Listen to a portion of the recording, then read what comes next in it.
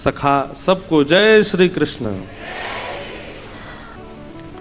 क्षमा कीजिएगा मेरी बात अगर अटपटी लगे तो।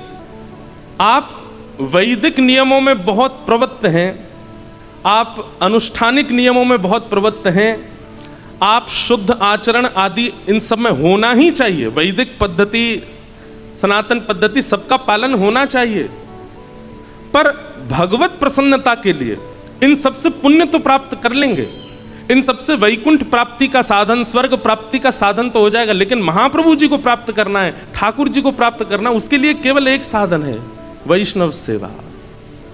जितने भक्तन की सेवा, जितने वैष्णवों की सेवा आपसे बनेगी, उतनी जल्दी ठाकुर जी प्रसन्न होते हैं। इंद्रद्युम्न राजा को जगन्नाथ महाप्रभु ने उस दिन स्वीकार किया जिस दिन उसने ये नियम अपने राज्य में लगा दिया कि मेरे राज्य के परकोटे पर भी, सीमा पर भी यदि कोई वैष्णव आएगा तो ससम्मान ढोल नगाड़े साथ मेरे राज्य में लेकर के आओ। और महाराज जी वो स्वयं तो कहीं तीर्थ में जाते नहीं थे। इंद्रद्युम्न राजा कैसे जाते थे पता है? सामने से कोई वैष्णव उसको सेना लेकर के आई तो उससे पूछते, भैया तुम कहाँ से आए हो? तो वो कहता मैं हरिद्वार से आया हूँ। अच्छा हरिद्वार से आए, वहाँ तो गंगा जी बहती हैं? बोले हाँ। वहाँ तो हर की पेड़ी है? बोले हाँ जी। वहाँ तो पास में सुंदर पर्वत श्रृंखला दिखती है, वहाँ तो ऋषिकेश है, वहीं से बद्रीनाथ केदारनाथ के मार्ग जाते हैं? बोले हाँ जी। आप मेरे सामने बैठ जाइए ना।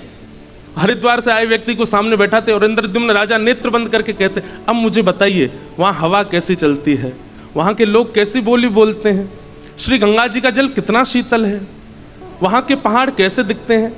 और वो सामने वाला व्यक्ति प्रवचन में हरिद्वार की महिमा बताता और इंद्रद्युम्न नेत्र बंद करके मानसी तीर्थ यात्रा करके आते और तीर्थ यात्रा करके आके और फिर भंडारा करते। पूछते काय बात का भंडारा? बोले आज हम हरिद्वार होके आए हैं, गंगा स्नान करके आए हैं। ऐसे थे इंद्रद्युम्न राजा। कोई बद्रीनाथ से आ जाता तो उसके भाव से बद्रीनाथ घूमाते, वृंदावन घूमाते। और इतने परिपक्व हो गए थे इंद्रद्युम्न कि अब अगर कोई दोबारा हरिद्वार का व्यक्ति मिलता ना तो इंद्रद्युम्न उससे ज्यादा जानकारी दे देते हरिद्वार के बारे में। ऐसी उनकी भक्ति। बस मन में एक कामना थी कि महाप्रभु जी मेरे पास आ जाएं। पहले नील माधव भगवान विराजमान थे नीलाचल पर्वत पर, जिनकी सेवा का अधिकार आदिवासियों को ठाकुर जी ने दे रखा था। इंद्रद्युम्न, अब कथा तो बहुत बढ़िया, हमको भागवत जी में प्रवेश भी करना है, उतना तो विस्तार नहीं करेंगे। इंद्रद्युम्न राजा ने अपने भाई को भेजा कि मुझे स्वप्न में नील माधव भगवान ने आज्ञा की है कि मेरी सेवा प्रारंभ करो। बहुत ध्यान से सुनिएगा। नील माधव भगवान सीमित आदिवासियों से अपनी सेवा करा रहे थे, जिसका मार्ग आदिवासी अपने घर वालों को भी नहीं बताते थे। पर्वत पे एक गुफा में नील माधव भगवान बैठे हैं, लेकिन इंद्रद्युम्न राजा के भाई ने जैसे तैसे करके थोड़ा, उसको छल तो नहीं कहेंगे, लेकिन एक योजना बना करके नील माधव भगवान को देख लिया। लेकिन किसी कारणवश नील माधव भगवान अंतर्ध्यान हो गए और सेवा इंद्रद्युम्न को प्राप्त नहीं हुई। तब इंद्रद्युम्न राजा ने इतनी विरह वेदना से महाप्रभु जी को पुकारा कि नाथ आप मेरे पास नहीं आए। तो भगवान ने आज्ञा की, बोले तुम चिंता नहीं करो, अब एक योजना से हम तुम्हारे पास आएंगे। भगवान ने आज्ञा करके कहा कि समुद्र में 3 दारू यानी कि लकड़ियां बहती हुई आएंगी, उनसे हमारा एक स्वरूप निर्माण कराओ। कैसा स्वरूप निर्माण? बोले कि वो उन दारू ब्रह्म को, उन लकड़ियों को कोई और आकृति दे ही नहीं पाएगा, जिसको मैंने चुना हुआ है वही आकृति देगा और वो अपने आप तुम्हारे पास आ जाएगा। सावधानी से सुनिएगा, कौन है? महाप्रभु जगन्नाथ। तो इंद्रद्युम्न राजा ने गुंडीचा, जहां आज जा रहे हैं महाप्रभु जी, वहीं पर तीनों स्वरूपों को विराजमान किया। बड़े बड़े कारीगरों को बुलाया, बड़े बड़े मूर्तिकारों को बुलाया कि आप ठाकुर जी का स्वरूप बनाओ। मूर्तिकार पूछते कैसा स्वरूप बनाओ? बोले जैसा तुम्हारा मन करे बनाओ। तो कहते हैं मूर्तिकार जब अपने यंत्रों को लेकर के जाते और मूर्ति बनाने की जब चेष्टा करते तो ऐसी खन्न आवाज आती मानो जैसे ये लकड़ी नहीं, ये लोहा है। छेनी हथौड़ा टूट के गिर जाते, लेकिन किसी से भी स्वरूप निर्माण हुआ नहीं। तब विश्व के सबसे बड़े मूर्तिकार, कलाकार विश्वकर्मा, वे एक वृद्ध मूर्तिकार का रूप धारण करके आए और आकर के इंद्रद्युम्न राजा से कहा, भगवान मुझे एक बार अवसर दीजिए। तो इंद्रद्युम्न हंसने लगा। इतने बड़े बड़े कलाकार बंगाल के, उड़ीसा के, आदि आदि क्षेत्रों के सब हाथ खड़े कर गए, आप तो वयोवृद्ध हैं, आप तो शमशान में लकड़ियां बाट देख रही हैं, आप कहाँ जाओगे? बोले नहीं, आप एक बार मुझे अवसर दीजिए। गुंडीचा महारानी बोली, जब इतनों को अवसर दिया तो इनको भी दीजिए। राजा बोले ठीक है, आप जाइए, बनाओ ठाकुर जी का स्वरूप बनाओ। जैसे ही आज्ञा प्रदान की तो विश्वकर्मा ही थे, उन्होंने कहा मेरा एक, फिर मेरी बात माननी पड़ेगी। बोले क्या? बोले आप मूर्तिकार के सिर पर खड़े होके बैठते हो, देखते रहते हो, कैसा बनाओगे, क्या करोगे, ये सब नहीं, मुझे एकांत दीजिए। और 21 दिनों तक आप भीतर नहीं आएंगे, मैं अकेले बैठ करके ठाकुर जी का स्वरूप बनाऊंगा। इतना उत्सुक है इंद्रद्युम्न राजा, वो कैसे छोड़ दे ठाकुर जी को अकेला। उसने कहा कि ये तो नहीं होगा, मुझे कैसे पता चले क्या चल रहा है क्या नहीं। बोले तुमको पता भी नहीं करना है भाई, मातृ गर्भ में बालक 9 महीना रहता है। अब पिता की पहले दिन ही इच्छा हो जाए मुझे तो देखना है कैसा, कैसे दिख जाएगा भाई, वो तो 9 महीना में निर्माण होगा, तभी तो उसका दर्शन होगा, वो बालक है कैसा। प्रतीक्षा तो करनी पड़ेगी। और बाकी भीतर से कुछ ना कुछ आवाज तुमको आती रहेगी, छेनी हथौड़ा की, उससे समझ जाना ठाकुर जी निर्माण हो रहा है। इंद्रद्युम्न राजा रोज सुबह उठ जाता और बाहर कान लगा करके बैठा रहता, और जैसे जैसे अंदर से आवाज आती खुश होता, मेरे ठाकुर जी का निर्माण हो रहा। पहले ही व्यवस्था कर दी, बाहर सजाने लग रहा नगरियों को, बड़े बड़े ब्राह्मण बुलाए, बड़े बड़े संत बुला लिए। बोले क्या बात है? बोले उत्सव होगा ठाकुर जी। कब होगा? बोले बस जैसे ही बन जाएंगे ठाकुर जी फिर उत्सव होगा। और एक दिन हुआ, अंदर से कोई आवाज नहीं आई, घबरा गया इंद्रद्युम्न, दौड़ करके खोल दिया द्वार को। तभी देखता है कि सारे जो यंत्र थे बनाने की मूर्ति वो सब नीचे पड़े हैं, और वो वृद्ध वहां है ही नहीं, दिख ही नहीं रहा है, दूर सब जगह देख लिया। और तभी सामने नजर उठा करके देखा तो जन्म वेदी, गुंडीचा में जन्म वेदी, मतलब जहां ठाकुर जी जगन्नाथ जी पहली बार प्रकट हुए, उसके ऊपर जैसे ही देखा तो महाप्रभु जगन्नाथ, बीच में सुभद्रा जी और इधर श्री बलराम जी महाराज। आपने तो ताली बजाई, पर इंद्रद्युम्न तो रोने लगा। ये कैसे परमात्मा, इनके तो हाथ ही नहीं बनाए, इनका मुख ही नहीं बनाया। मैंने कैसे त्रिभंगी ठाकुर जी देखे हैं, मैंने कैसे पौढ़ानाथ देखे हैं, मैंने कैसे खीरचोरा गोपीनाथ देखे हैं, ये कैसे ठाकुर जी का निर्माण। ठाकुर जी का स्वरूप देख करके सह नहीं पाया इंद्रद्युम्न, और विरह वेदना में मूर्छित हो गया। और उसी मूर्छा में महाप्रभु जगन्नाथ जी प्रकट होकर के बोले, इंद्रद्युम्न व्याकुल मत हो, ये भी मेरा एक स्वरूप है। जब द्वारिका में रोहिणी मैया मेरी समस्त पटरानियों को कृष्ण लीला सुना रही थी, उस दिन ब्रज की याद करते करते प्रेम की 10वीं अवस्था में पार कर गया, और मेरा वही द्वारिकाधीश स्वरूप। जैसे हम लोग अत्यंत प्रेम में आते हैं तो नेत्रों से नीर गिरता है, लेकिन प्रेम की जब 10 अवस्थाएं पार हो जाती हैं तो प्रत्येक रोम पिघलने लगता है। प्रेम की 10 अवस्था होती हैं। हमने एक बार जगन्नाथ रस कथा करी थी तो उसमें ये सब भाव बताए थे। आज मैं सोच रहा था सब पर थोड़ा थोड़ा प्रकाश डालेंगे। कौन कौन सी 10 अवस्थाएं होती हैं, बहुत ध्यान से सुनिएगा। प्रेम की पहली अवस्था, प्रतिकूलता भी अच्छी लगती है। किसी को पहली बार जब प्रेम होता है, और मेरी हाथ जोड़ के प्रार्थना जितने भी युवा बैठे हैं, आजकल के छोरा छोरी वाले प्रेम में मत जाना, उसमें इन सब बातों को मत घटाना, ये ठाकुर जी के संबंध की बातें हैं। हाँ, प्रतिकूलता भी प्रिय लगती है। रात में एसी बंद हो गया तो भी सो रहे हैं, क्यों? प्रतिकूलता अच्छी लग रही है। रोटी के बिना भी अच्छा लग रहा है, बिना ठंडे पानी के भी मन लग रहा है। मतलब प्रतिकूल अवस्थाएं भी अच्छी लगती हैं जब प्रेम प्रारंभ होता है। किसी का नया नया ब्याह होता है, उसको सब अच्छा ही अच्छा लगता है। फिर क्यों? प्रेम का प्रारंभ है।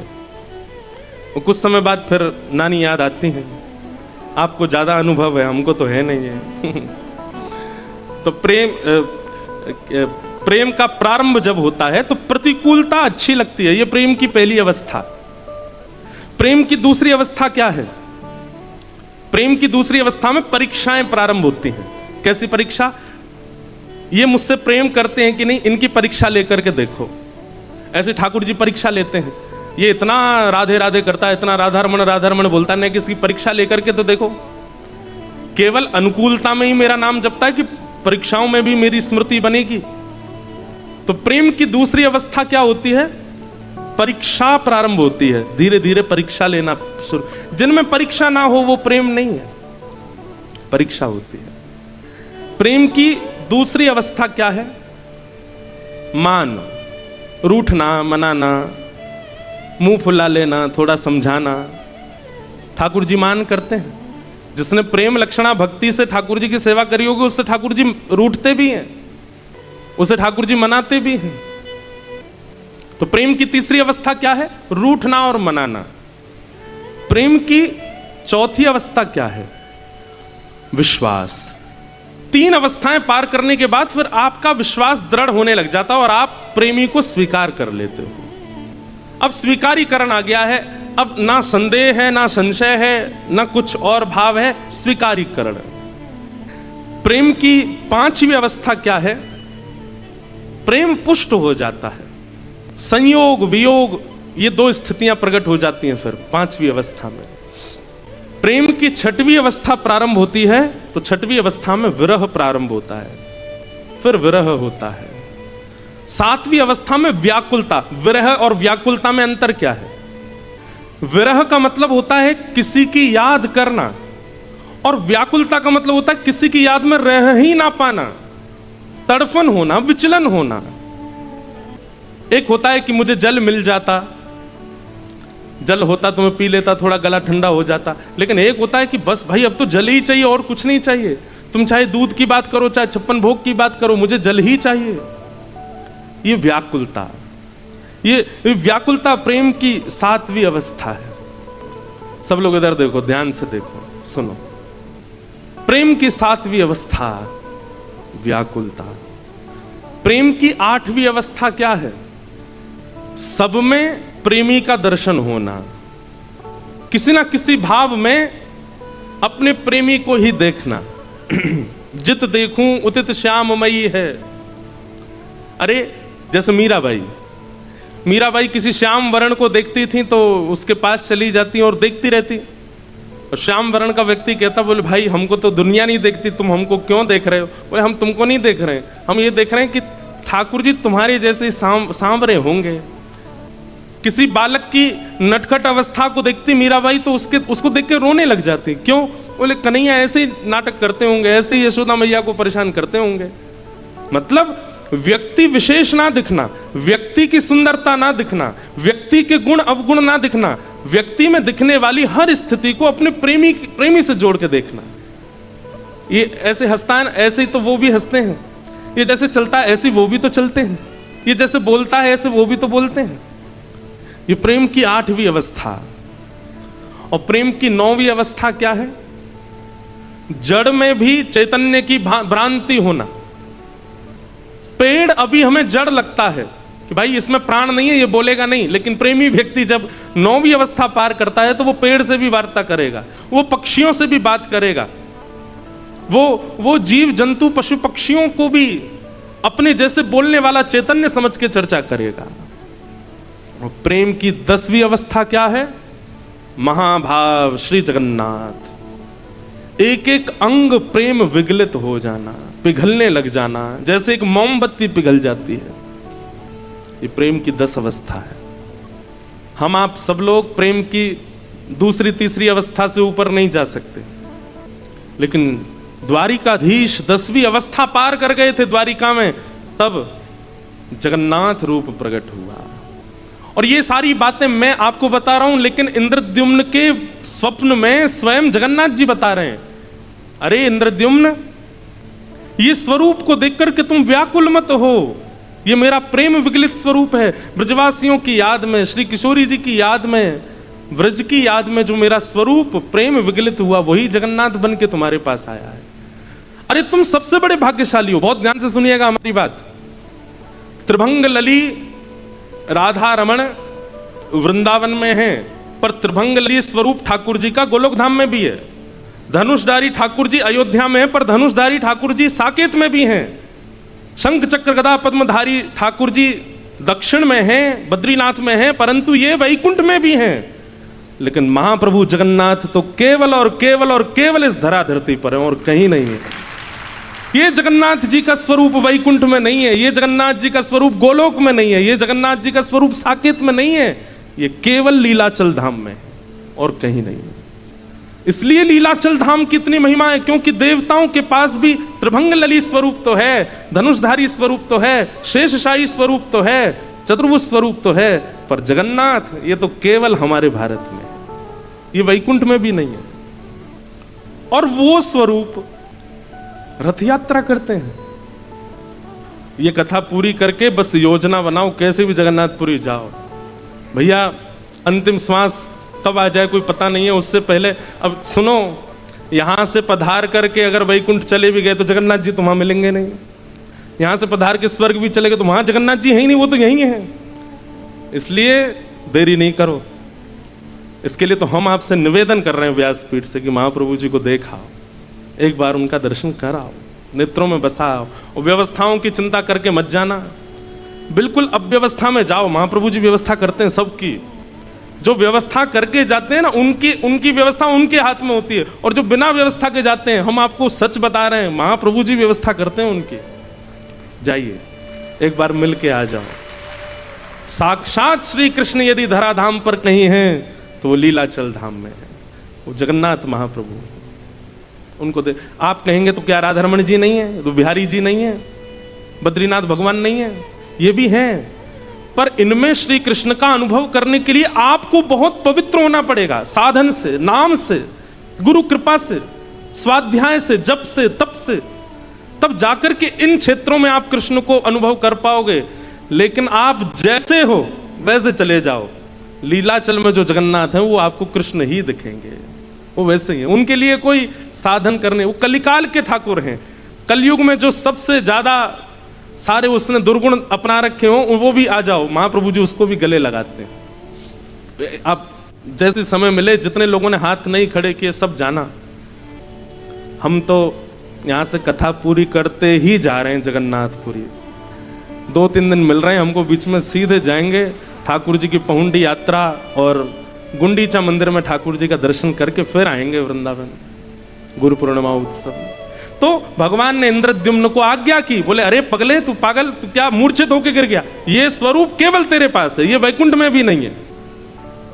स्नान पूर्णिमा का दिन था जिस दिन महाप्रभु जी का रूप प्रकट हुआ, कलशों से स्नान कराया गया, ठाकुर जी बीमार पड़ गए, स्नान करते ही ठाकुर जी बीमार हो गए।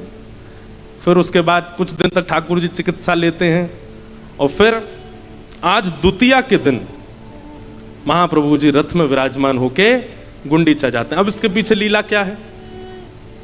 इंद्रद्युम्न राजा ने महाप्रभु जी को श्री मंदिर में विराजमान कर दिया। 1.25 लाख शालिग्राम हैं, जिस जगह महाप्रभु जगन्नाथ जी बैठते हैं उसको रत्नवेदी कहते हैं। क्या बोलते हैं? रत्नवेदी। जहां ठाकुर जी आज जाके बैठेंगे उसको कहते हैं जन्मवेदी, और जहां महाप्रभु जी बैठते हैं उसको कहते हैं रत्नवेदी। पूरे विश्व में ऐसे रत्न खोजने से नहीं मिलेंगे जो रत्न उस रत्नवेदी के भीतर हैं, जहां महाप्रभु जी बैठते हैं। और 1.25 लाख शालिग्राम विराजमान है, साक्षात वैकुंठ ही है वो।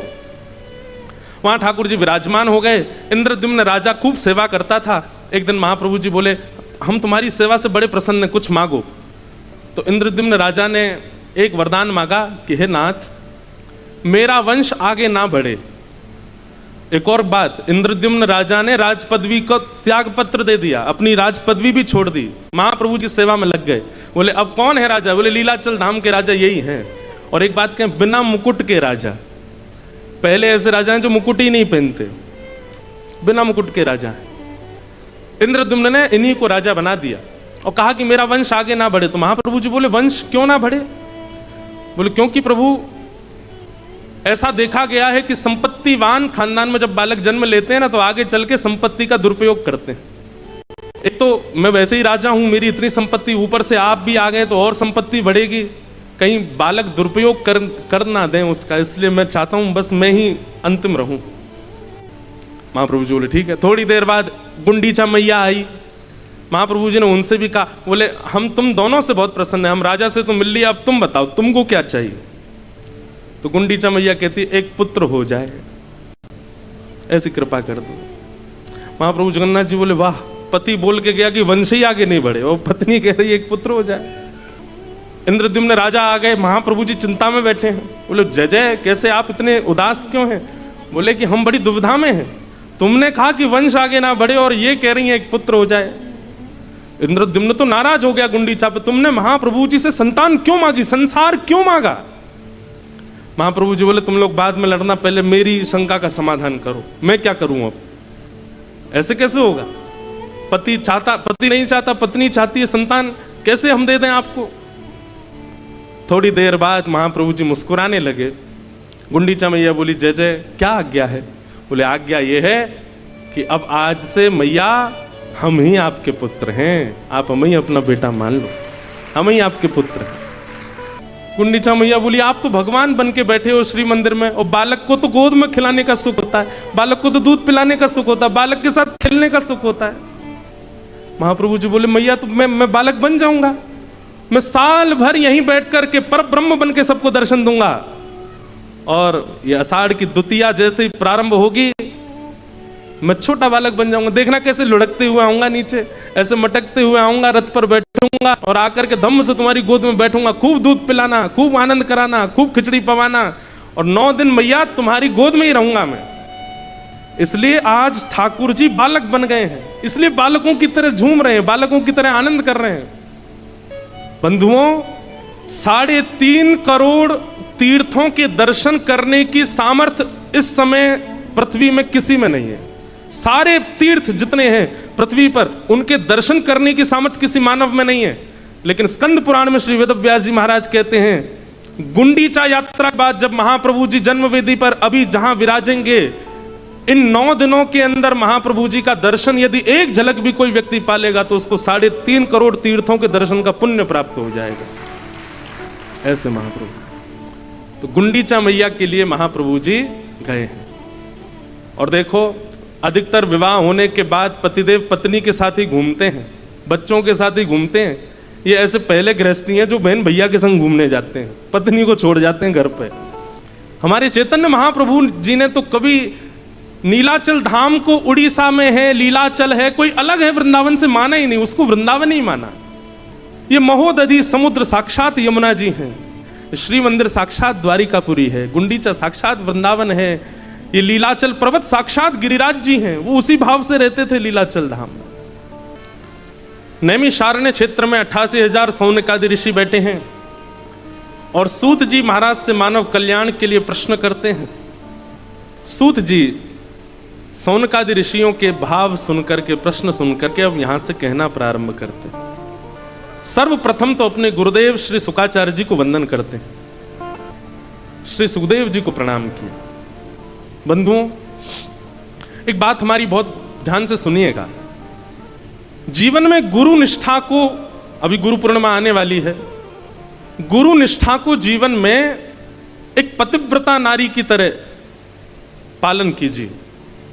कई बार ऐसा होता है कि इस संसार में प्रभावजन्य कई महापुरुष हमारे सामने आते हैं जिनको देख करके हमें अपने गुरु थोड़े कम लगने लगते हैं। अरे इनका प्रभाव ज्यादा है, पहले मिल गए होते तो इनको गुरु बनाते। आपको हम सत्य बता दें, जैसे ही आपके मन में ये भावना आती है कि ये श्रेष्ठ हैं, उसी समय आपका भजन घटने लगेगा, आपकी सेवा घटने लगेगी, ठाकुर जी के प्रति जो आपका भाव है वो नष्ट होने लगेगा।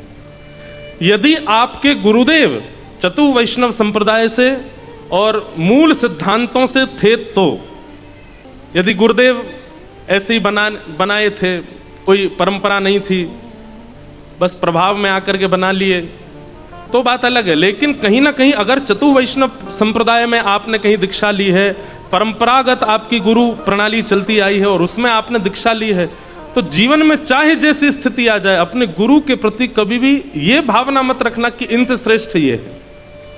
जैसे भी हैं हमारे गुरु सर्वोपरि। इसका मतलब ये नहीं है कि आप किसी अन्य को मत सुनिए, सबकी सुनिए, सबको प्रणाम कीजिए, सबको वंदन कीजिए, दूसरों की कथाएं भी सुनो, दूसरों के भाव भी सुनो, पर चित्त में यदि सबसे पहले स्मरण किसी का आना चाहिए तो अपने गुरुदेव का। गुरु निष्ठा। अभी गिरिराज जी में कथा थी तो परम पूजनीय श्री गौरीलाल कुंज वाले महाराज जी का सानिध्य हुआ। महाराज जी ने बैठ करके हमको ये बात बड़ी भावुकता से बताई कि इंद्रेश जी, हम आपको कैसे बताएं हमने अपने जीवन में और कोई साधन किया हो चाहे ना किया हो, पर हमने अपने गुरु निष्ठा को पूर्ण रूपेण धारण किया, और उस गुरु निष्ठा के बल पर हम कहने में संकोच नहीं करेंगे, कहने में बिल्कुल घबराएंगे नहीं, कहने में कोई अतिशयोक्ति नहीं करेंगे। प्रिया प्रियतम का साक्षात्कार केवल इसी भाव से हमको हुआ है, अपने गुरु के प्रति पूर्ण निष्ठा। गुरु कोई शरीर नहीं है, गुरु कोई व्यक्ति नहीं है, गुरु कोई स्वरूप नहीं है। हमारे प्यारे ठाकुर जी ही सचल रूप में हमारे गुरुदेव के रूप में हमारे पास आए हैं। इस भाव से उनको देखो। वो डांट दें, फटकार दें, कभी थोड़े वयोवृद्ध हो जाएं, ना ज़्यादा चल पाएं, ना बोल पाएं, बोलने की कला ना हो, कुछ कहने की, लेकिन वो फिर भी हमारे गुरु हैं। उनके प्रति वही भाव रखो। गुरु निष्ठा सर्वोपरि है। इसलिए अन्य व्रत साधन नियम बने ना बने, पर गुरु निष्ठा, इस पर विशेष ध्यान दीजिएगा। हमारी सनातन पद्धति में गुरु के बिना कुछ भी नहीं हुआ। सबने गुरु आश्रय लिया, और गुरु आश्रय के बाद ही जीवन में भगवत कृपा परिलक्षित हुई। उसके लिए गुरु निष्ठा। हमारी ये गरीब दासी परंपरा है, जिस परंपरा में यहाँ कथा हो रही है। आज हमारे राम जी महाराज ने मुझे कुछ ग्रंथ भी दिए, अभी उनका अध्ययन स्वाध्याय तो नहीं कर पाया मैं, पर करूँगा। परंतु एक बात ये निश्चित है, कोई कह रहा था महाराज जी को इतना बड़ा आश्रम बनाया, महाराज जी इतना बढ़िया सब चलता है, आपके पास तो खूब संपत्ति है। ऐसा, ये संपत्ति वो वाली संपत्ति नहीं जिसको आप संपत्ति मानते हो। ये आपके पूर्वाचार्यों के भजन की संपत्ति है, या आपके पूर्वाचार्यों के साधन की संपत्ति है। हम यहाँ बैठे, हमारे पास क्या है? हमारे गुरुदेव बैठे हैं सामने, इनकी संपत्ति, इन्होंने परिश्रम किया, इन्होंने तप किया, इन्होंने भजन किया, उसका फल हम पा रहे हैं प्रेम से बैठ के। यहाँ से जो बोलते हैं वो भगवत वाणी हो जाता है। गुरु कृपा सर्वोपरि है, और मेरे से बड़ा प्रमाण नहीं मिलेगा आपको। हम अपने गुरुदेव के सामने बैठ करके बोल रहे हैं तो कोई बहुत बड़ी बात बोल रहे हैं ऐसा नहीं समझिएगा। पर जैसे कई बार आप लोगों ने सुना है ना, कई प्रसंग ऐसे सुने कि उन्होंने भैंस के ऊपर हाथ धर दिया, भैंस वेद बोलने लग गई, उन्होंने जीव के ऊपर हाथ धर दिया, जीव ऐसे बोलने लग गया। हमारी स्थिति ऐसी ही जानिएगा। हमारे पूज्य गुरुदेव भगवान ने हमारे सिर पर हाथ धर दिया, हम बोलने लग गए, सामर्थ्य नहीं। आपके पूज्य गुरुदेव, हमारे दादा गुरुदेव अनंत श्री विभूषण श्री रामानुज प्रपन्नाचार्य गुरु जी, जिनको वृंदावन में कहते कि भाई श्रीमद् भागवत जी सचल अगर देखनी हो तो पूज्य ठाकुर जी के गुरु जी का दर्शन करो, चलते फिरती भागवत जी। ऐसे पूज्य गुरुदेव भगवान, ये परंपरा से प्राप्त है। और एक बात कहें, गंगा जी इस बात का प्रमाण है। दिलीप के तप करने से गंगा जी नहीं आई। उनके वंश में कितने लोगों ने आकर के गंगा जी की तपस्या की, लेकिन गंगा जी का प्रादुर्भाव तभी हुआ जब 3-4 पीढ़ियां तप करके चली गई। भगीरथ आए, और भगीरथ ने तप किया, मां गंगा पृथ्वी पर आ गई, और नाम भागीरथी पड़ गया। लेकिन वास्तविकता तो यहां भागवत जी में बताई गई है कि तप केवल भगीरथ ने नहीं किया, उनकी 4 पीढ़ियां निकल गई हैं गंगा जी को बुलाने में। यहां भी परंपरा, गुरु परंपरा। हम और आप सब तो केवल एक वक्ता को बोलते हुए देख रहे हैं, लेकिन उसके पीछे कितने गुरुओं का आश्रय है, कितने गुरुओं का तप है। केवल एक काम कीजिए, अपने गुरु के प्रति पूर्ण निष्ठा रखो, पूर्ण भाव रखो। वो जैसे भी हैं उनके प्रति यही रखो कि यही हमारे चलते फिरते जगन्नाथ जी। आज जो जगन्नाथपुरी नहीं गए होंगे, यदि अपने गुरुदेव के समीप बैठे हो तो अपने गुरुदेव के युगल चरणों में ही पुष्प अर्पित करना, और उन्हीं को जगन्नाथ जी मान करके उन्हीं की आरती कर लेना। आप ही हमारे जगन्नाथ जी हो, आप ही हमारे वंदनीय। गुरु निष्ठा। श्री सूत जी महाराज ने अपने गुरुदेव का स्मरण किया, और तत्पश्चात अब यहां से सूत जी कहना प्रारंभ करते हैं।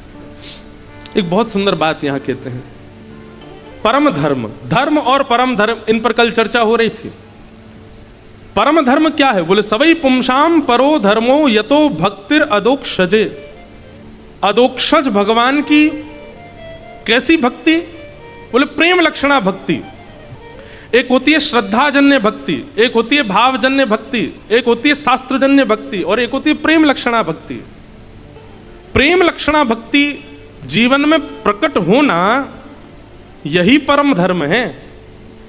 आप हनुमान चालीसा बोलते आए, आप हनुमान जी पर चोला चढ़ाते आए, सोमवार के दिन महादेव का अभिषेक करते आए, गंगा स्नान करते आए, अब तक केवल इनको नियम मान करके किया था। लेकिन किसी दिन ये भाव में परिवर्तित हो जाएं, किसी दिन ये प्रेम में परिवर्तित हो जाएं, जैसे कोई संबंधी के साथ आपका भाव रहता है, वैसा संबंध ठाकुर जी के प्रति परिलक्षित हो जाए, तब वो प्रेम लक्षणा भक्ति हो जाएगी। और प्रेम लक्षणा भक्ति ही प्रत्येक जीवात्मा का परम धर्म है। ठाकुर जी से प्रेम होना, श्रद्धा होना, विश्वास होना, समर्पण होना, ये सब एक बात है। प्रेम होना ये विशेष बात है। ठाकुर जी से प्रेम नहीं हो पाता सबका। और मेरे कहने से, आपके सुनने से ये प्रेम प्रकट हो जाए, इसकी संभावना भी अति नहीं है।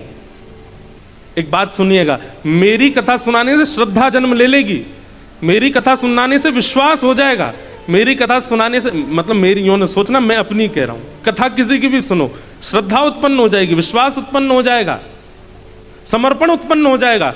पर प्रेम उत्पन्न तो तब होगा जब वो चाहेंगे, जब ठाकुर जी चाहेंगे। वक्ता तो केवल समर्पण आपके द्वारा करवा देगा, गुरुजन तो आपके द्वारा भक्ति करवा देंगे, आपके द्वारा श्रद्धा परिवर्तित करा देंगे, लेकिन प्रेम तो तब होगा जब ठाकुर जी चाहेंगे और वो चाह जाएं। इसी के लिए तो कथा सुनी जा रही है, इसी के लिए तो वक्ता के द्वारा, गुरु के द्वारा निर्माण किया जा रहा है। कथा पंडाल क्या है पता है? बहुत ध्यान से सुनना, एक भाव मन में आ रहा है। कथा पंडाल क्या है? श्रृंगार ग्रह।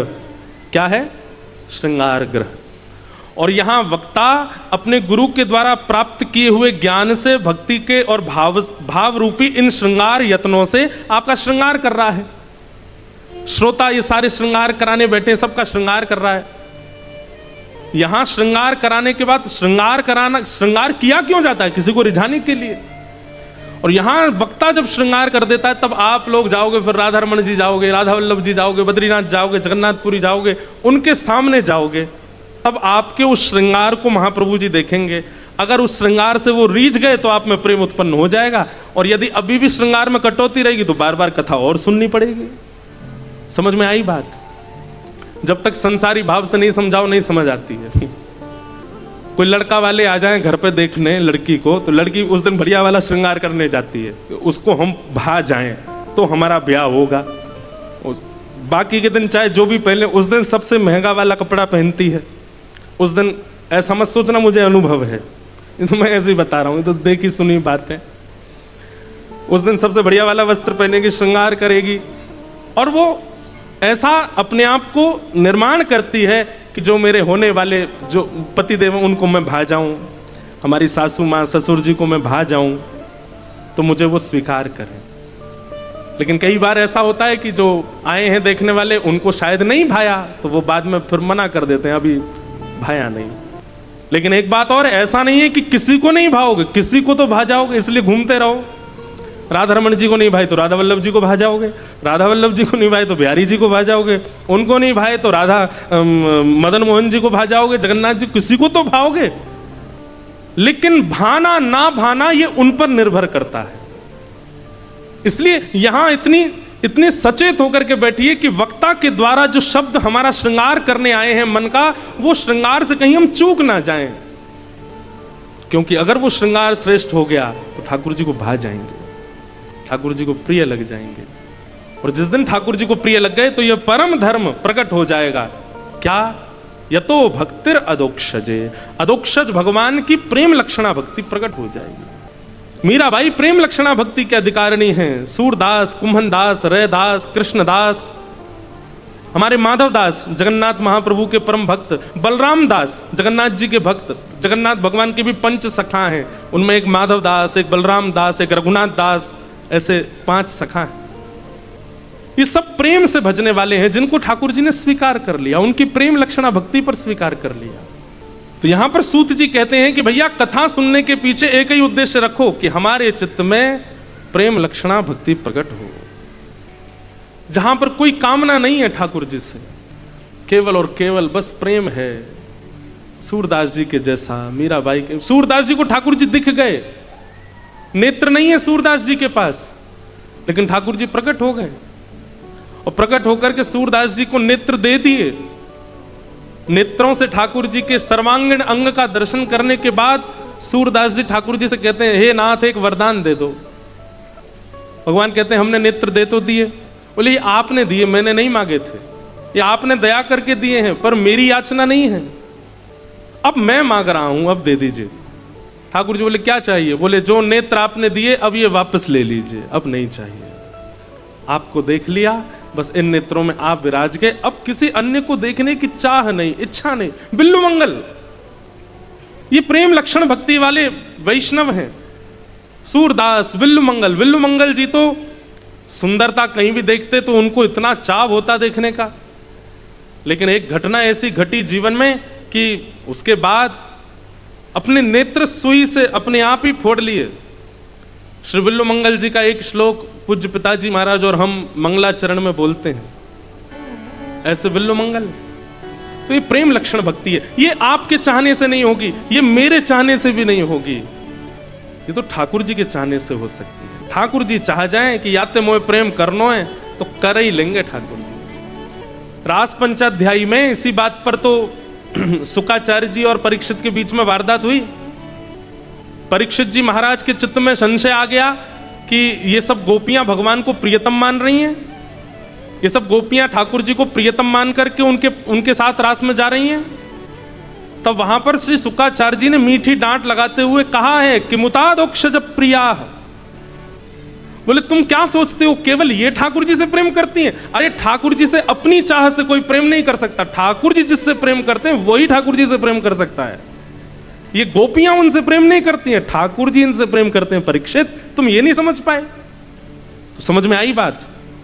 अगर श्री कृष्ण एक दिन भी प्रिय लग गए हों, एक बार भी नेत्रों में उनकी याद के लिए आंसू आ गए हों, एक बार भी श्री कृष्ण की प्रिय मधुर झांकी चित्त में आकर के फिर अंतर ध्यान हो गई हो, बस समझ जाना वो प्रेम करते हैं मुझसे, तभी मुझे उनकी याद आ रही है, तभी मुझे उनकी स्मृति हो रही है।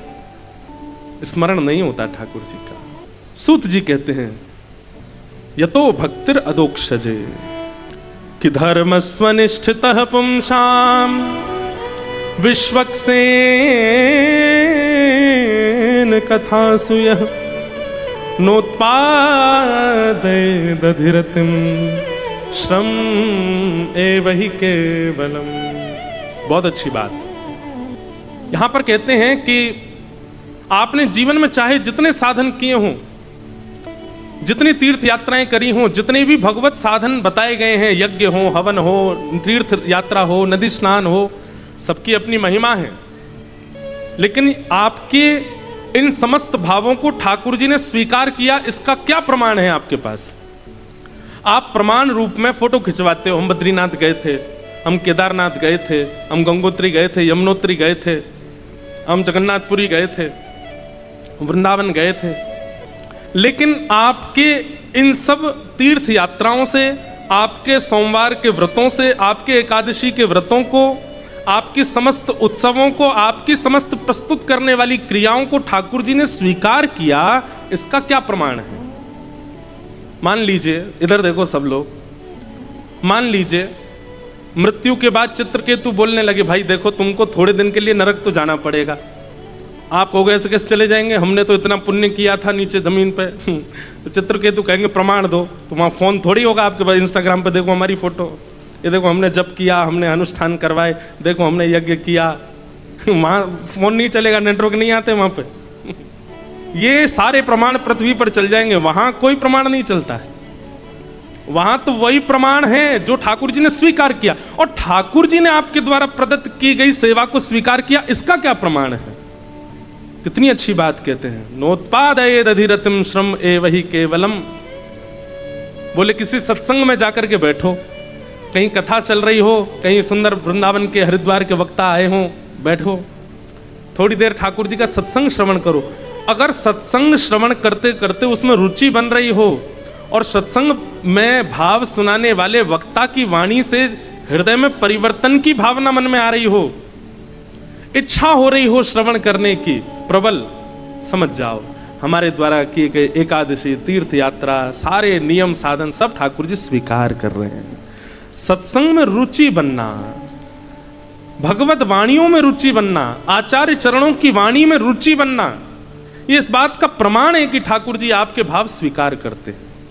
और यदि वहां रुचि नहीं बनती है आपकी, कथा में बैठे बैठे जो देख रहे हैं कब बजेंगे 7, कब हो पूरी, मम्मी चलो ना बहुत देर हो गई यार, क्या अभी तो शुरू हुई है, चलने दे, ऐसी भावना मन में आती है, कहीं ना कहीं सत्संग जो है, परसों मैंने नामापराध बताए थे ना, उन नामापराधों में ऐसी भावना एक बताई गई है कि वक्ता के द्वारा कही गई वाणी ऐसी लगती हो, ऐसी बड़ा चढ़ा के बोलते हैं, इतना कुछ है नहीं है, ऐसी बात मन में आती हो तो ये समझ जाइए कि आपके द्वारा किए गए सब साधन ठाकुर जी देखते भी नहीं है उनकी ओर, इसीलिए रुचि नहीं बन रही है कथा में, सत्संग में। साधन सब श्रेष्ठ हैं पर सत्संग सर्वश्रेष्ठ है। उसके प्रति अगर आपकी रुचि नहीं बनती है तो बाकी के साधन आप करते रहिए, ठाकुर जी उससे प्रसन्न नहीं है। सूत जी महाराज प्रवचन करते हुए अपने भाव बता रहे हैं, अनेक भावों की पुष्टि करते हुए भगवान के अवतारों का वर्णन किया।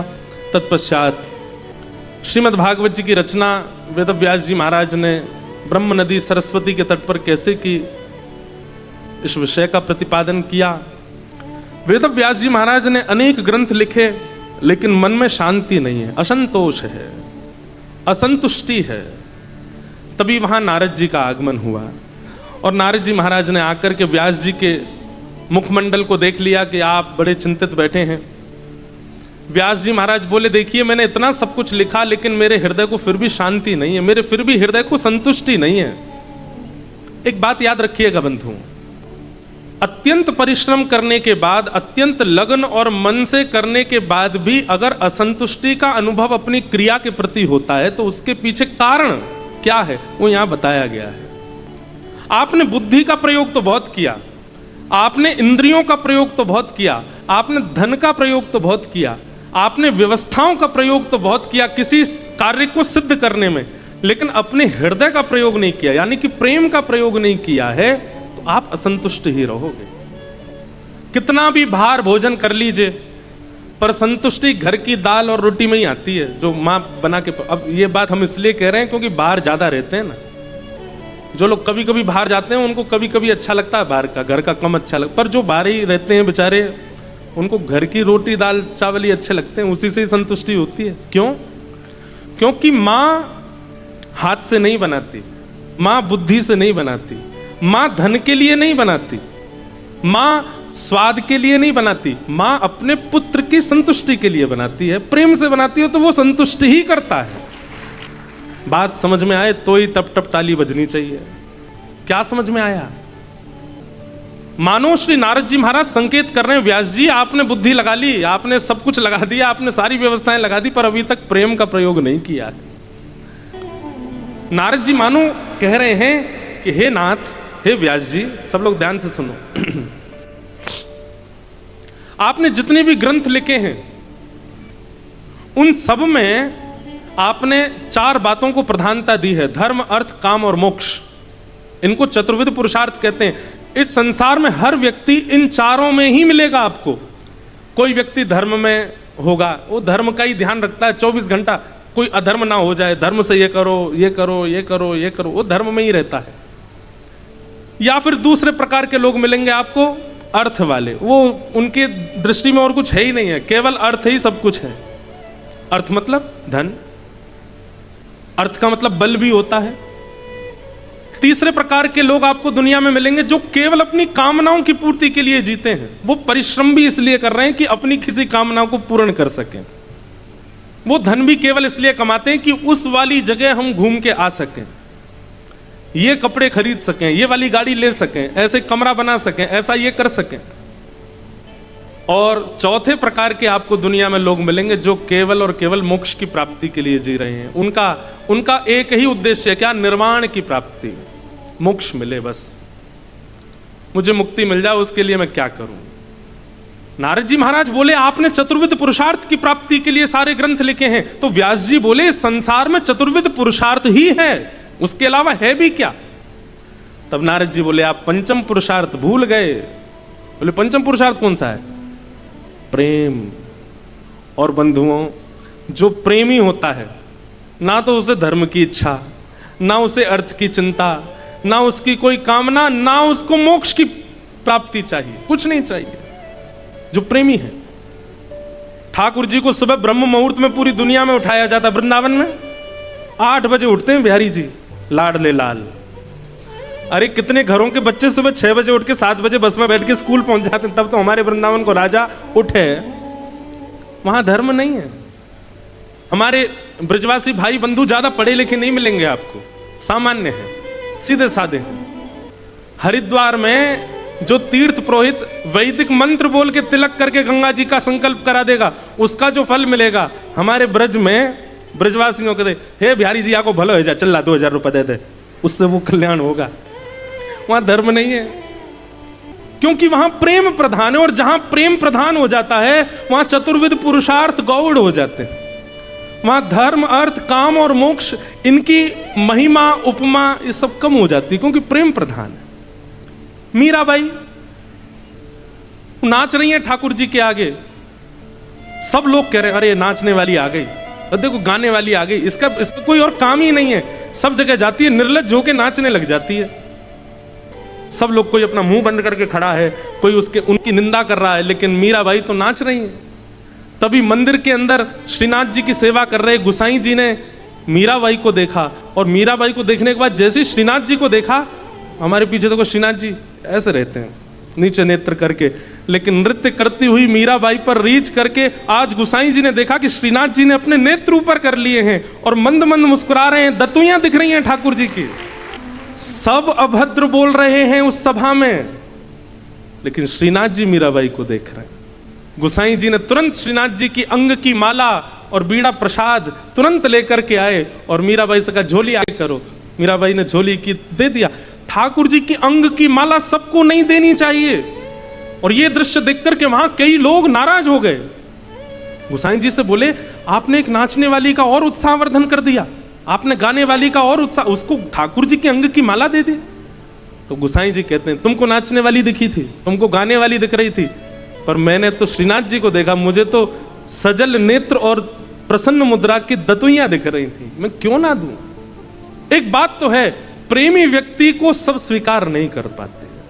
वो बात है ना, प्रेम गली अति सांकरी तामे दो न समाए, क्योंकि ठाकुर जी ने स्वीकार कर लिया तो बाकियों के स्वीकार के लायक आप बचोगे नहीं, फिर कोई और स्वीकार करेगा। तो प्रेम जब जीवन में आएगा तो धर्म गौड़ हो जाएगा।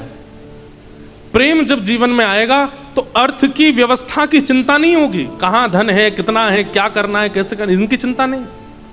प्रेमी व्यक्ति कैसा हो जाता है पता है, सब मुझे दो, ऐसा नहीं, मेरे पास जो है सब ले जाओ। ये प्रेमी का स्वभाव हो जाता है। अभी मैंने आपको कुछ अच्छा दिया, आप उसको संभाल के रख लोगे, अरे मेरे मित्र ने दिया है मैं इसको संभाल के रखूंगा। लेकिन प्रेमी पता कैसा होता, आपने कितना भी महंगे से महंगी वस्तु दी हो, प्रेमी का स्वभाव ऐसा होता, वो आगे जाएगा, उसको कोई अगर याचक दिख गया या कोई और प्रेमी दे, वो उसको दे देगा, वो विचार नहीं करेगा इसका मूल्य कितना है, ये महंगा कितना है, ये मूल्यवान कितना है, उसको अर्थ की इच्छा नहीं होती। धर्म से परे प्रेमी हो जाता है, अर्थ से परे प्रेमी हो जाता है, काम से परे प्रेमी हो जाता, उसकी कोई कामना नहीं, कोई कामना नहीं। और मोक्ष, वो मोक्ष भी नहीं चाहता। श्रीमद् भागवत के कपिल देवूति संवाद में स्वयं भगवान कपिल देवूति माता को कहते हैं दीयमान न ग्रहणन्ति, मेरे प्रिय भक्त जो होते हैं मां, उनको मैं 4 प्रकार 5 प्रकार की मुक्ति अर्पित कर देता हूं, लेकिन वो फिर भी अस्वीकार कर देते हैं, हमें नहीं चाहिए नाथ। वृत्रासुर भागवत में कहता दासानुदासो भवतास्मि भूयः समंजसत्वा विरहई एकांक्षे। कितने भक्तों का नाम लें हम, प्रेमी भक्त की इच्छा ही परे हो जाती है। प्रहलाद जी कहते हैं कामानाम हृदय संरोहम भवतस्तु व्रणेवरम, मेरे चित्त में कोई कामना ही प्रकट ना हो, नाथ ऐसा वरदान दे दो। कैसे होते हैं प्रेमी भक्त सारे, कोई कामना नहीं। तो प्रेमी धर्म से परे हो जाता है, प्रेमी अर्थ से परे हो जाता है, प्रेमी काम से परे हो जाता है, और प्रेमी मोक्ष से परे हो जाता है। उसकी तो केवल एक ही इच्छा है, केवल मैं गिरधर की गिरधर मेरे, बस और कुछ नहीं, मैं गिरधर की। प्रणय कभी पूज्य गुरुदेव भगवान हमारे बैठे हैं, पूज्य पिताजी महाराज, मेरी प्रबल इच्छा है कि कभी पूज्य गुरुदेव भगवान केवल रासपंचाध्याय में भी प्रणय गीत और उद्धव गोपी संवाद पर कभी स्वच्छंद प्रवचन करें। अद्भुत पुरानी कई कथाओं में मैंने सुना है, जो भाव आप लोग सुनते हैं हमारी कथा, वो पिताजी का ही है। इतना अद्भुत प्रेम की ऐसी ऐसी अद्भुत व्याख्या। प्रेम उसको देखो, एक बात कहूं, मैं कह दूं और आप समझ जाओ, वो ज्ञान हो सकता है, वो बात हो सकती है, वो कथा हो सकती है, वो प्रेम नहीं हो सकता। प्रेम क्या, ना मैं कह पाया और ना आप समझ पाए, वो प्रेम था जो आपके सर के ऊपर से निकल गया और मेरी वाणी विचलित हो गई, वो प्रेम है। नारद जी महाराज व्यास जी से कह रहे हैं कि हे व्यास जी, आपने धर्म अर्थ काम मोक्ष की प्रधानताओं को सारे ग्रंथों में बताया, लेकिन हमारे कहे से एक ग्रंथ ऐसा लिखो जिसमें केवल प्रेम की प्रधानता हो, जहां पर भगवान के निर्मल यश का वर्णन। अब यहां पर गुरुदेव भगवान कहते हैं कि भवतानुदित प्रायम यशो भगवतो मलम, भगवान के निर्मल यश का वर्णन करो। तो क्या अभी तक निर्मल यश का वर्णन नहीं कर रहे थे व्यास जी? कर रहे थे, लेकिन अभी तक वो निर्मल यश का वर्णन नहीं किया है जहां पर ठाकुर जी का प्रभाव ना दिख रहा हो, स्वभाव दिख रहा हो। अभी तक व्यास जी ने जितने ग्रंथ लिखे उसमें ठाकुर जी का प्रभाव दिखता है, उसको पढ़ने के बाद ठाकुर जी भगवान जैसे दिखते हैं। लेकिन आप ऐसे ग्रंथ की रचना करो जिसको पढ़ने सुनने के बाद व्यक्ति को भगवान में लाला दिखे, भगवान में प्रियतम दिखे, भगवान में अपना प्रेमी दिखे, भगवान में अपना बंधु दिखे, अपने सखा दिखे। अब छोटे से लाला हैं, नारद जी कह रहे हैं व्यास जी आपने बताओ इस भाव का कहीं वर्णन किया? व्यास जी बोले कौन सा भाव? एक बार गोकुल में जब ठाकुर जी 2.5 वर्ष के हो गए, 2-2.5 साल के, थोड़ा थोड़ा तुतला के बोलन लगे, तो गोकुल में यशोदा मैया की जेठानी मतलब ठाकुर जी की बड़ी मम्मी ताई जी आई।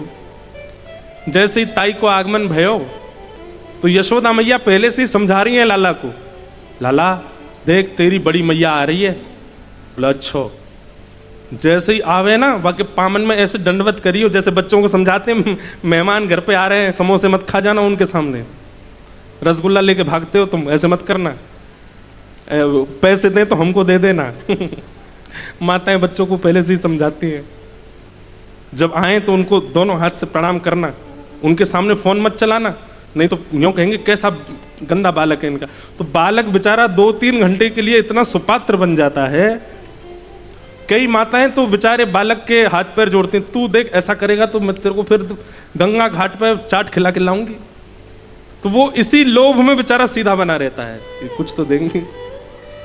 यशोदा मैया समझा रही लाला तेरी बड़ी मैया आ रही है आज। बोले अच्छा कहा करनो मैया? बोले जैसे ही आवे उनके पामन में गिर जाइयो, ऐसे दंडवत करियो, लिपट जाइयो। ठाकुर जी मैया तेरी तरह करूं, ऐसे ऐसे ऊपर नीचे पाम दबाऊं? बोला हाँ ऐसे कर दियो। अच्छा और कहा करनो है?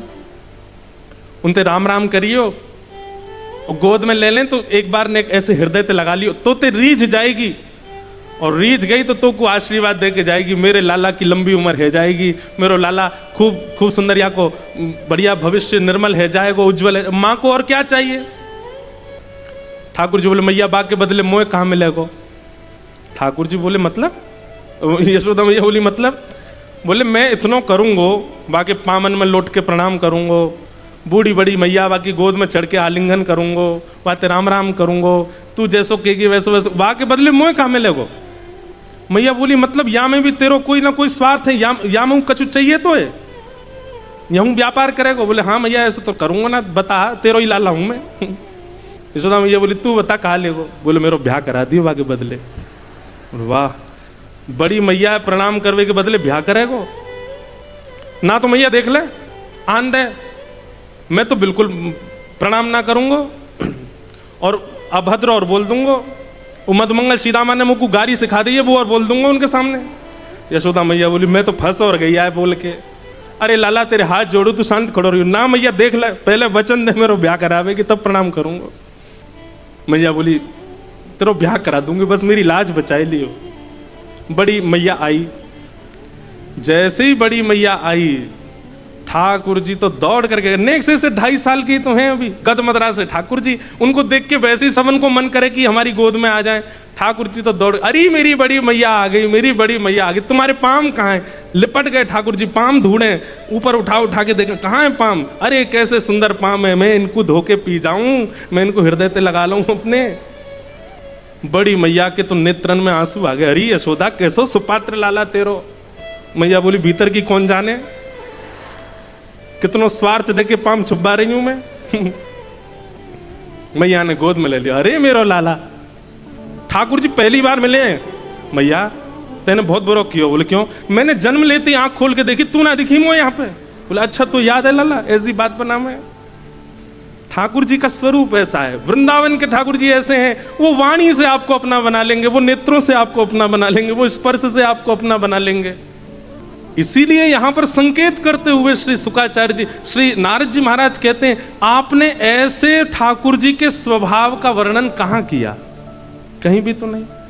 देखो, बड़े लोग प्रारंभ करते हैं, फिर बालक उसका विस्तार करते हैं। वास्तव में भगवान की बाल लीला का प्रारंभ श्री वेदव्यास जी ने किया, फिर उसका विस्तार हमारे सूरदास जी ने कर दिया, हमारे कुमनदास जी ने कर दिया, हमारे ब्रज के रसिकों ने कर दिया, पर प्रारंभ तो श्रीमद् भागवत से ही हुआ, भगवान की बाल लीलाओं का, भगवान के उस स्वभाव का, जहां पर ठाकुर जी शंख चक्र गदा पद्मधारी नहीं है, जहां पर ठाकुर जी काल रूप नहीं है, जहां पर ठाकुर जी का भयावह विशाल रूप नहीं है, जहां ठाकुर जी कोमल हैं, जहां ठाकुर जी सरल हैं, वो स्वरूप तो वृंदावन में प्रकट हुआ ना। और उस स्वरूप का वर्णन वेदव्यास जी ने किया भागवत जी में।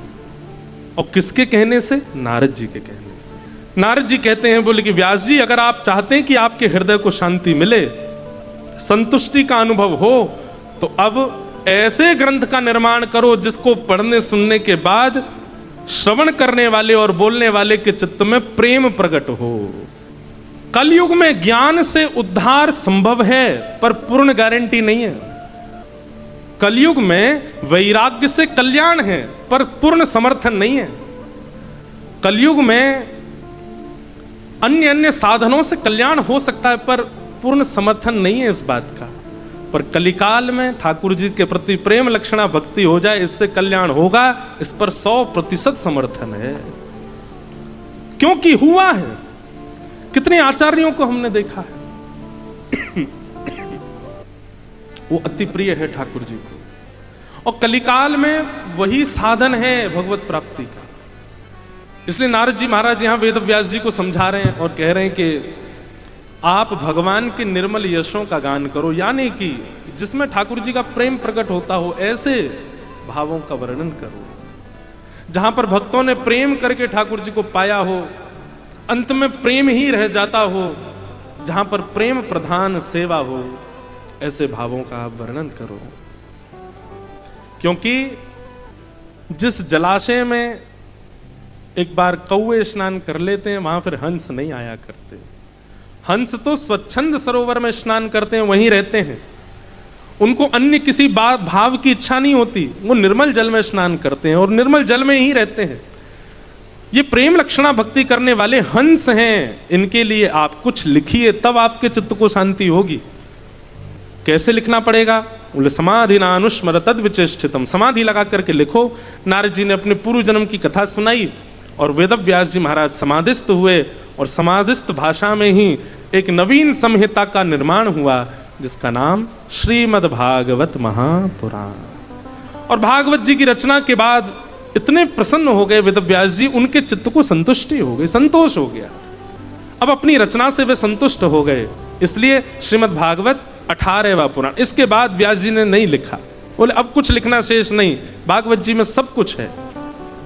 इसलिए अगर आप भागवत जी का आस्वादन करते हैं तो एक प्रकार से वेद पुराण शास्त्र सबका भाव आपने एक ही जगह स्वीकार। मधुनिलिल्यु रसेश रसः, जैसे मधु को चखने से पूरे विश्व का रस आपने ले लिया, समुद्र की एक बूंद चखने से सारी नदियों का जल आपने चख लिया, ऐसे ही भागवत जी का आस्वादन करने से समस्त वेद ग्रंथ शास्त्र सबका आपने आस्वादन कर लिया, क्योंकि व्यास जी ने सबका निचोड़ यहां प्रकट किया।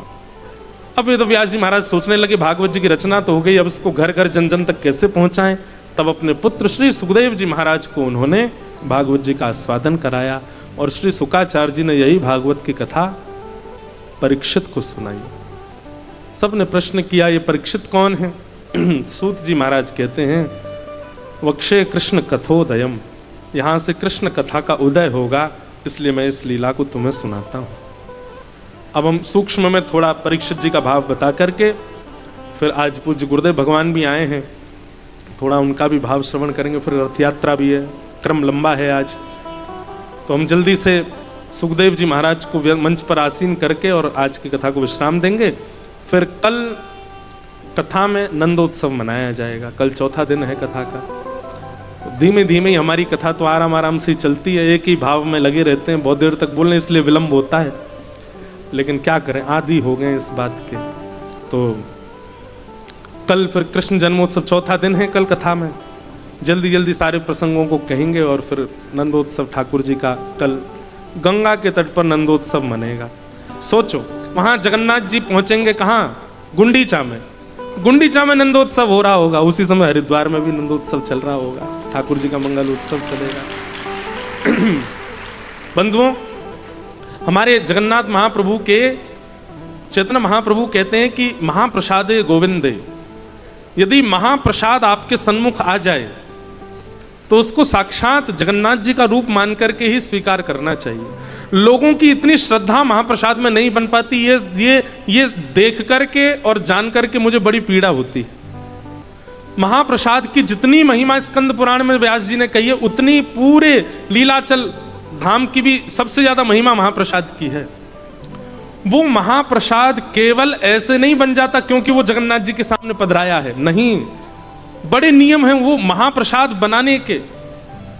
केवल ठाकुर जी के सन्मुख रखा है इसलिए वो महाप्रसाद है, नहीं। कभी महाप्रसाद बनने, मैं तो मुझे फिर भी 4-5 नियम तो नहीं पता होंगे, पर कुछ पता है। सबसे पहला तो वो हंडियां एक के ऊपर एक बनती हैं। दूसरी बात, जो वहां रसोई घर में जाते हैं वो लक्ष्मी जी के भाव से जाते हैं, वो इस भाव से प्रसाद का निर्माण करते हैं कि हमारे पतिदेव पाएंगे, हम लक्ष्मी हैं। दूसरी बात, जब महाप्रसाद सिद्ध किया जाता है तो गोपाल मंत्र से उसको सिद्ध करते हैं। सिद्ध करने के बाद में फिर महाप्रसाद जब रसोई घर से बाहर आता है तो कहते हैं उस समय मानवों की तो क्या चले, पक्षी भी ऊपर से अगर चला गया तो महाप्रसाद का भोग नहीं लगता। पक्षी भी ऊपर से नहीं जाते, महाप्रसाद निकलता है। फिर 12 भागवतों को भोग लगता है, देवी देवताओं को। और फिर वहां एक विमला देवी है, जगन्नाथपुरी में एक सिद्धपीठ भी है, जो देवी माताओं के पूरे भारत में स्थान है, उनमें एक सिद्ध स्थान जगन्नाथ मंदिर के अंदर है, विमला देवी। वो महाप्रसाद का भोग उनको भी लगता है। उसके बाद फिर वो बाजार में जाता है, सबको मिलता है। इतनी प्रक्रियाओं से वो महाप्रसाद कहलाता है, तब वो कल्याण करता है जीव का। विमला देवी कौन है? पार्वती जी। एक बार नारद जी के मन में आया कि मुझे ठाकुर जी का महाप्रसाद पाना है, तो वैकुंठ पहुंच गए। लक्ष्मी जी महाप्रसाद बना रही थी। नारद जी ने कहा कि हे लक्ष्मी मैया, हमें ठाकुर जी का महाप्रसाद दे दो। लक्ष्मी जी बोली, महाप्रसाद के समय और ठाकुर जी की रसोई के समय अन्य किसी का प्रवेश वर्जित है, इसलिए तुम बाहर ही खड़े रहो, भीतर मत आओ। नारद जी रोने लगे, बोले हमको एक बार महाप्रसाद, हमने कथा सुन ली, हमने लीला सुन ली, हमने दर्शन कर लिए, सब कुछ मिल गया, बस एक चीज रह गई है, ठाकुर जी का प्रसाद नहीं मिला अभी तक। तो लक्ष्मी जी ने दया करके कहा, एक काम करो, ये अपने जटा जूट खोलो और सखी बनो, सहचरी बनो, तब रसोई में प्रवेश मिलेगा। अब ये तो देखो, निकुंज में जावे के काजे गोपी भाव तो लाना ही है, चाहे वैकुंठ में क्यों ना हो। नारद जी महाराज तुरंत एक सहचरी बन गए और सहचरी बन के रसोई घर में आ गए। लक्ष्मी मैया ने समझाया, बोले बिल्कुल हरकत मत करना, कहीं ठाकुर जी को पता नहीं चल जाए कि तुम नारद हो। नारद जी बोले, नहीं बिल्कुल नहीं करूंगा। ठाकुर जी आए, बैठ करके पा रहे हैं, लक्ष्मी मैया पवा रही है, देख करके नारद जी भाव विह्वल हो गए। जैसे ही ठाकुर जी उठ करके वहां से गए तो ठाकुर जी की जो प्रसादी थी वो सब में बट रही है। नारद जी वर्णन कर रहे हैं कि वो प्रसाद पहले चावल थे, पहले अन्न, पहले दाल थी, पहले अन्य अन्य सामग्री थी, लेकिन ठाकुर जी पाने के बाद जब उस थाल का दर्शन किया तो लगा जितने कण हैं उतने गोविंद विचरण कर रहे हैं, उतने श्री कृष्ण हैं। सबने अपने हाथ पसोरे तो कितना कितना मिला सबको, एक एक दाना चावल का सबको दिया। लक्ष्मी मैया ने एक दाना नारद जी के पास आया, नारद जी बोले एक और दे दो, 2 प्राप्त हो जाए, तो 2 कण महाप्रसाद के दिए। नारद जी ने जैसे ही एक कण पाया, ऐसी स्फूर्ति उनके तन में हुई, नृत्य करने लगे, मुख से नाम संकीर्तन प्रकट होने लगा, नृत्य करने लगे ऊर्ध्वबाहु होकर के, आहा, ऐसी भावावेश, भाव समाधि में चले गए, नेत्रों से विरल अश्रुधार, मुख से नाम, नृत्य कर रहे हैं नारद जी महाराज। ठाकुर जी बोले, ये रसोई घर में नाच कौन रहा है? लक्ष्मी मैया बोली, पकड़े जाएंगे, हे नारद जी तुम भागो यहां से, जल्दी निकलो। नारद जी को वैकुंठ से पीछे वाले द्वार से निकाल दिया। नारद जी तो कभी कभी रोने लग जाएं, कभी बैठ जाएं, कभी भावावेश में चले जाएं, कभी नृत्य करें, कभी कीर्तन करें, इतने भाव में चले गए नारद जी। भ्रमण करते करते वैकुंठ से नीचे आए शिवलोक। शंकर जी ने जब नारद जी को देखा तो बहुत बार देखा था, लेकिन आज जैसा दर्शन नारद, प्रेमी व्यक्ति के रोम रोम से पता नहीं एक अलग ही आभा प्रकट होती है। भाई श्रृंगार करने के बाद आप आकर्षक दिख सकते हो। एक बात बहुत ध्यान से सुनिएगा, श्रृंगार किया हुआ व्यक्ति चित्त को अन्य दूषित भाव से आकर्षित कर सकता है, लेकिन कृष्ण भक्ति में निमग्न व्यक्ति के मुख का तेज वो तो काम को नष्ट करते हुए आकर्षित करता है। वो ऐसा आकर्षण होता है। हमारी किशोरी जी का रूप कैसा है, हमारी राधा रानी का रूप कैसा है। वे इतनी सुंदर हैं, इतनी सुंदर हैं, इतनी सुंदर है कि उनकी सुंदरता देख करके स्वयं काम भी मूर्छित हो जाता है। अरे काम तो देखता ही नहीं है, काम की तो सामर्थ्य ही नहीं है। हमारे ठाकुर जी मूर्छित हो जाते हैं किशोरी जी की रूप माधुरी को। तो संसार का सौंदर्य कैसा, वो चित्त में संसारी भावनाओं को प्रकट करता है, पर भजन के सुंदरता जिनके चित्त में होती है वो संसारी भावों को नष्ट करके फिर भी आकर्षित करते हैं अपनी ओर। हमारे ब्रज के संत हैं, हमारे ब्रज के ऋषि हैं, हमारे ब्रज के महापुरुष, उनका दर्शन करो, ऐसा आकर्षण लगता है बस इनको देखते ही रहें। कभी तटीय स्थान जाओ, वहां के पूज्य महाराज जी को देखो, पतले दुबले से महाराज जी हैं, गुदरी पहनते हैं, सामान्य से वस्त्र हैं, पूरे मुख पे चंदन लगाते हैं, लेकिन उनका रूप देख करके ऐसा लगता है कि बस देखते ही रहें, इतना सुंदर है। क्यों? क्योंकि चित्त में कहीं ना कहीं ठाकुर जी हैं। आज नारद जी का रूप ऐसा ही दिख रहा था। शंकर जी मानो देख करके मन में भाव आ रहा था कि मैं पलक ही ना झपकूं, इतने प्यारे लग रहे हैं नारद जी। शंकर जी जाकर बोले, नारद जी आपकी खूबसूरती का राज क्या है आज? नारद जी बोले, क्यों? बोले, और दिन भी आप सुंदर तो लगते हो, पर आज कुछ ज्यादा ही आपके नेत्रों में हल्की हल्की लालिमा और नेत्रों से गिरता हुआ ये प्रेमाश्रु और ये मुख से निकलने वाले शब्द आपकी आज कुछ विलग लग रहे हो आप, क्या बात है? नारद जी रोते हुए बोले, आज ठाकुर जी का महाप्रसाद मिला है, और वो महाप्रसाद जब से पाया तब से मैं ऐसा ही हो रहा हूं। शंकर जी बोले, हमको भी दे दो। तो नारद जी को 2 कण मिले थे, एक तो पा लिया था, एक अभी हाथ में ही था। अब एक का ही इतना आनंद हो गया, दूसरा पा ही नहीं पाए अभी तक। शंकर जी ने कहा, लाओ हमको दो, पवाओ हमको। नारद जी ने तुरंत दिया। जैसे ही शंकर जी ने पाया तो जैसे नारद जी हो गए थे वैसे ही शंकर जी भी हो गए। दोनों नाचने लगे, दोनों नृत्य करने लगे, दोनों के नेत्रों से अश्रु गिरने लगे, दोनों भावावेश में चले गए। दोनों को नृत्य करता देख रही थी दूर खड़ी खड़ी पार्वती जी। ये बोले, ये क्या हो रहा है? आज हमारे गुरुदेव भगवान और पतिदेव दोनों नृत्य कर रहे हैं। नृत्य करें वो तो ठीक, पर ये प्रेमाश्रु नेत्रों से छलक रहे हैं और मुख से ऐसे मधुर स्वर प्रकट हो रहे हैं, ये क्या हुआ? नृत्य करते करते शंकर जी तो भाव में चले गए, नारद जी थोड़े भाव से निकले बाहर, पार्वती जी को देखा, तुरंत गए। पार्वती जी ने प्रणाम किया, जय हो गुरुदेव भगवान, आज ये कैसी लीला हो रही है कैलाश पे? तो नारद जी तो बेचारे थोड़े से हमारे ऐसे हैं कि थोड़ी लीला तो करते ही हैं। नारद जी भगवान के भक्त तो भगवान जैसे ही होते हैं। नारद जी बोले, क्या बताएं, महाप्रसाद लाए थे हमने पाया तो हम भी ऐसे हो गए, पर जो बचा वो शंकर जी पा गए। पार्वती जी बोले, मेरे लिए नहीं छोड़ा? बोले, बिल्कुल, मैंने तो कहा था कि पार्वती के लिए भी थोड़ा छोड़ दो, तो माने नहीं, खा गए सबरो। पार्वती जी बोली, मैं बताती हूँ इनको। नारद जी बोले, हाँ अच्छे से देख लेना, जाओ। नारद जी ऐसे करते रहते, लीला ठाकुर जी को सुख देने के लिए करते हैं। पार्वती जी गई, शंकर जी का हाथ पकड़ा, बोले, ऐसे क्यों हो रहे? बोले, देवी क्या बताऊं, कृष्ण माधव गोविंद मधुसूदन गोपाल ब्रजूर चंदन, कहाँ है मेरे प्राणनाथ? ऐसा कहकर के गोपी भाव में आ गए। बोले, गोपी भाव बाद में लेके आना, पहले ये बताओ ये महाप्रसाद अकेला क्यों पाया आपने, मेरा कहाँ?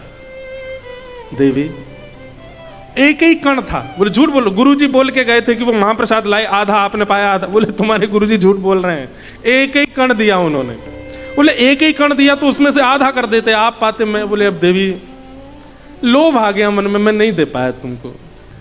तो पार्वती जी इतनी व्याकुल हो गई महाप्रसाद की अवस्था देख करके, हिमालय पर चली गई और हिमालय पर जाकर के तप में बैठ गई और सैकड़ों वर्षों तक तपस्या की। तप करने के बाद जब शंख चक्र गदा पद्मधारी नारायण प्रकट हुए, कहा वरदान मांगिए जगदम्बा, आपकी क्या याचना है? बोले महाप्रसाद चाहिए। तो ये बात सुनते ही ठाकुर जी के भाव प्रेमाश्रु आ गए। बोले कि कोई संसारी वस्तु के लिए, कोई वैभव के लिए, आदि आदि भावों के लिए तप करता है, मेरी प्राप्ति के लिए तप करता है, मेरे प्रसाद के लिए पहली बार किसी ने तप किया है। हम आपको आश्वासन देते हैं और हम आपको वचन देते हैं, कलिकाल में हमारा महाप्रभु जगन्नाथ का रूप जब लीलाचल धाम में विराजमान होगा, तब वहां का हमारा महाप्रसाद तभी बनेगा जब वो आपको भोग लगेगा। तब से विमला देवी को भोग लगता है। वहां बैठी बैठी विमला देवी शंकर जी को दिखाती हैं, ले तुमको तो एक ही कण मिला, हमको तो पूरा मिलता है, रोज मिलता है। तो वहां शंकर जी बाहर खड़े रहते हैं ऐसे कि विमला देवी कृपा करे तो हमको मिले। तो महाप्रसाद ऐसे ही नहीं बन जाता है, उसके बड़े नियम है, तब जाके वो महाप्रसाद नाम कहलाता है। इसलिए कभी जीवन में यदि महाप्रभु जगन्नाथ जी का महाप्रसाद आ जाए, दंडवत प्रणाम करना, उसके बाद उसको सेवन करना, चावल मान के नहीं, अन्न मान के। अब स्कंद पुराण में अगर जाएंगे ना, तो जगन्नाथपुरी में प्रसाद पाने के बाद हाथ धोने को भी मना किया है। स्कंद पुराण में तो ऐसा कहते हैं कि प्रसाद पालो, हाथ को ऐसे ही रखो, और थोड़ी देर बाद जब वो हाथ पे लगा हुआ दाल भात जब थोड़ा सूख जाए, तब वो सूखे हुए को ऐसे मीड़ लो, तो उसका चूरा जो आ जाएगा उसको पालो, बाकी बच्चे बच्चे को ऐसे सिर पे कर लो बस। उसके बाद जब एक एक कण निकल जाए तब हस्त प्रक्षालन करो। इतने नियम है महाप्रसाद के। नीलाचल कथा तो उसमें एक एक चीज की कथाएं हैं, एक एक भाव की कथा। नंदी घोष रथ, उस रथ के ऊपर अगर बोलने लगे तो ध्वजा से लेके नीचे चक्के तक पर 7 दिन प्रवचन हो सकता है। पंच तत्व होते हैं, अब कल बताएंगे उसके बारे में। हाँ, तो नीलाचल धाम के भाव आए। यहां पर परीक्षित के प्रादुर्भाव की कथा बताई गई, महाभारत के प्रसंग सुनाए, कुंती स्तुति, भीष्म स्तुति, सब कई बार हमने विस्तार से सुनाई है, सबका प्रसंग बताया। उत्तरा के गर्भ में प्रवेश करके भगवान ने बालक की रक्षा की, कुंती ने स्तुति गाई। तत्पश्चात भगवान भीष्म पितामह पर कृपा करने गए। उसके पश्चात स्वर्गारोहण को सारे पांडव चले गए और परीक्षित को राजा बना के गए। धीरे धीरे राजा परीक्षित बड़े हुए। एक दिन उनके द्वारा शमिक ऋषि का अपमान कर दिया गया, जिसकी वजह से श्रृंगी ने उनको शाप दे दिया कि 7 दिन में तक्षक सर्प के दंशन से आपकी मृत्यु होगी।